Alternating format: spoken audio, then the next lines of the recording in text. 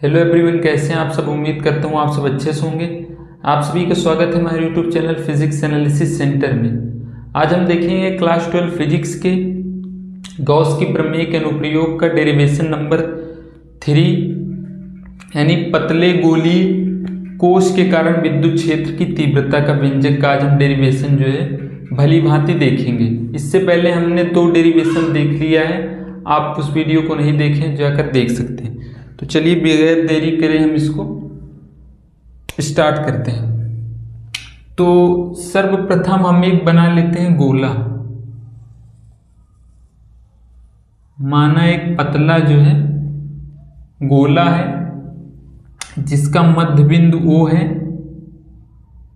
जिसकी त्रिज्या capital R है, ठीक है, जिसको हमने धन आवेश दिया है। और आपको पता है यदि हम किसी गोली चालक को आवेश देते हैं तो वह आवेश जो है गोले के ऊपरी सतह में चारों ओर समान रूप से फैल जाता है, ठीक है। ये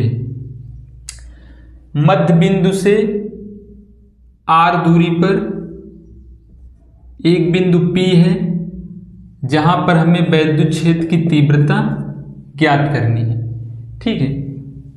ये तो है इसका चित्र। अब हम करेंगे गणना।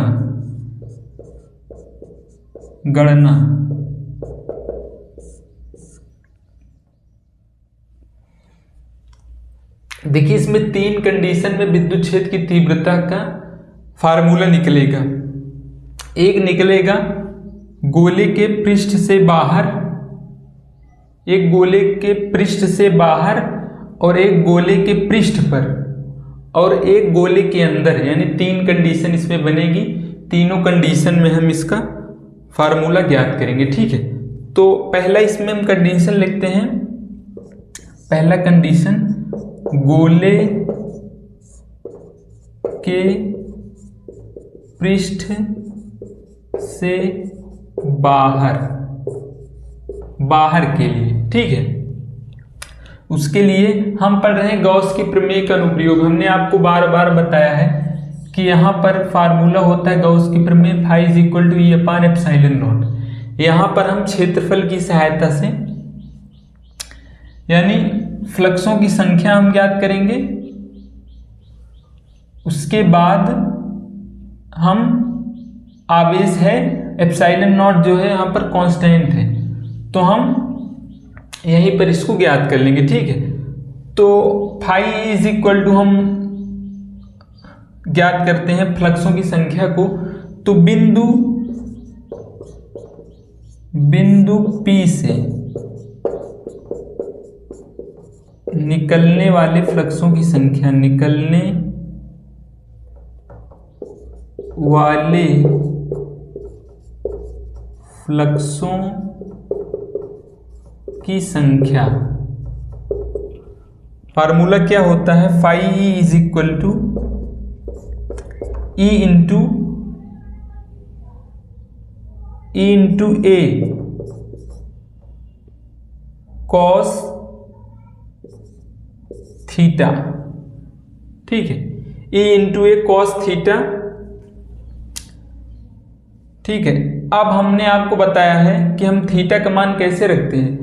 जब विद्युत क्षेत्र की तीव्रता पृष्ठ के समांतर हो थीटा बराबर 90 डिग्री, जब विद्युत क्षेत्र की तीव्रता पृष्ठ के लंबवत हो तो हम थीटा बराबर 0 डिग्री रखेंगे, ठीक है। माने इसका क्षेत्रफल A है तो हम थीटा बराबर 0 डिग्री लेंगे। अब यहां पर देखिए ये है इसकी त्रिज्या, हम गोले के बाहर की बात कर रहे हैं, ठीक है, गोले के पृष्ठ से बाहर। तो ये है इसकी त्रिज्या और ये बिंदु P है। तो एक बात आपने पढ़ा होगा कि त्रिज्या सदैव परिधि पर लंब होती है, ठीक है। तो क्या हुआ, यानी लंब हुआ ना, जब विद्युत क्षेत्र की तीव्रता पृष्ठ के लंबवत हो तो थीटा बराबर 0 डिग्री हम लेते हैं। तो यहां पर हो जाएगा phi E is equal to E into A cos 0 और कॉस 0 1 होता है, तो phi E is equal to हो गया E इंटू A।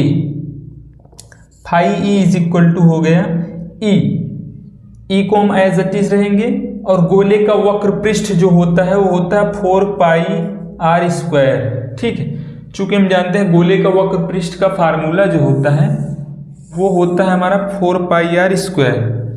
तो हम फाई इज इक्वल टू हमें ओवरऑल मिल गया ई इंटू 4 पाई आर का स्क्वायर, ये हमें मिल गया। अब हम लिखेंगे गॉस की प्रमेय से, गॉस की प्रमेय से। गॉस की प्रमेय क्या कहती है? Phi is equal to q upon epsilon naught, यही होता है। फाई का मान हमने निकाला e into 4 pi r square. ठीक है, त्रिज्या हम यहाँ पर ये छोटी वाली ले रहे हैं क्योंकि गोले के पृष्ठ से बाहर हमें ज्ञात करना है। ठीक है, तो ये हो गया Q upon epsilon naught, E is equal to आ गया 1 अपान 4 पाई एप्सिलॉन नॉट और ये क्यू अपान आर स्क्वायर। ये हो गया पहली कंडीशन के लिए फार्मूला। दूसरी कंडीशन के फार्मूले में दूसरा कंडीशन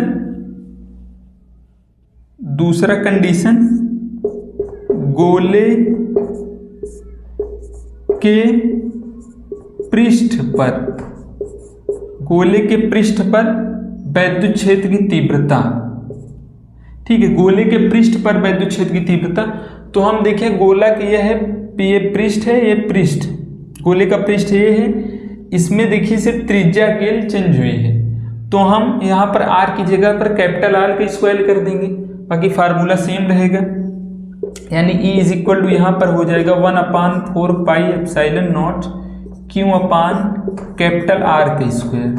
ठीक है, ये हो गया दूसरे कंडीशन में। तीसरे कंडीशन में इसका फार्मूला होगा गोले के पृष्ठ के अंदर ना, गोले के पृष्ठ के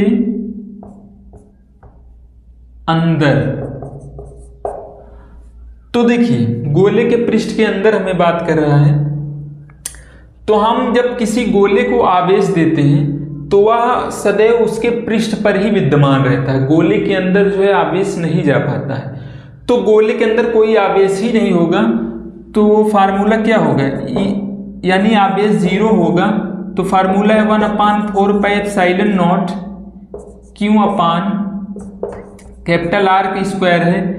यदि हम 1 अपान 4 पाई एप्सिलॉन नॉट क्यूब जहाँ 0 अपान आर स्क्वायर कर दें तो ये ओवरऑल 0 आ जाएगा ना, यानी ई इज इक्वल टू आ गया तीसरे कंडीशन में 0, यानी गोले के पृष्ठ के अंदर वैद्युत क्षेत्र जो होगा वो 0 होगा।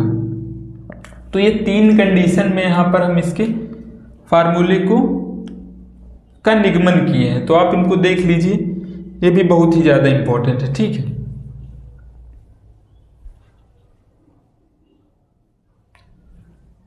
तो उम्मीद करता हूँ आप लोगों को समझ में आ गया होगा। वीडियो कैसी लगी कमेंट में ज़रूर बताएं, और चैनल को पर नए हैं तो सब्सक्राइब कर लें, और अभी तक लाइक नहीं किया हो तो लाइक कीजिए और अपने दोस्तों के साथ शेयर भी कीजिए। ठीक है, तो मिलते हैं किसी अन्य वीडियो में नए टॉपिक के साथ, तब तक के लिए थैंक यू।